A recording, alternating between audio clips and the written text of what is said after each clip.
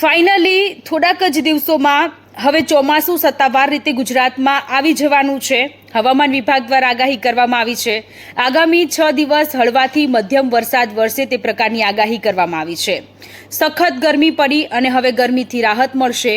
અમદાવાદ ગાંધીનગરનું તાપમાન આ વખતે, સુરેન્દ્રનગરનું પણ આ વખતે તાપમાન 42 ડિગ્રીને પાર પહોંચી ચૂક્યું હતું અને હવે ધીરે ધીરે રાહત મળી રહી છે। ત્યારે હવામાન વિભાગ દ્વારા આગાહી કરવામાં આવી છે। આગાહી વિશે હું આપને આજે વાત કરવાની છું।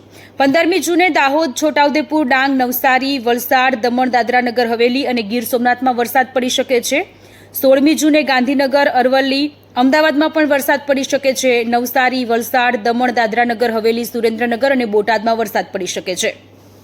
17મી જૂનની વાત કરીએ તો 17મી જૂને નવસારી, વલસાડ, દમણ, દાદરાનગર હવેલી અને ભાવનગરમાં વરસાદ પડી શકે છે। એટલે કે દક્ષિણ ગુજરાત અને સૌરાષ્ટ્રના મોટાભાગના વિસ્તારોમાં મેઘરાજાની સવારી આવી પહોંચશે।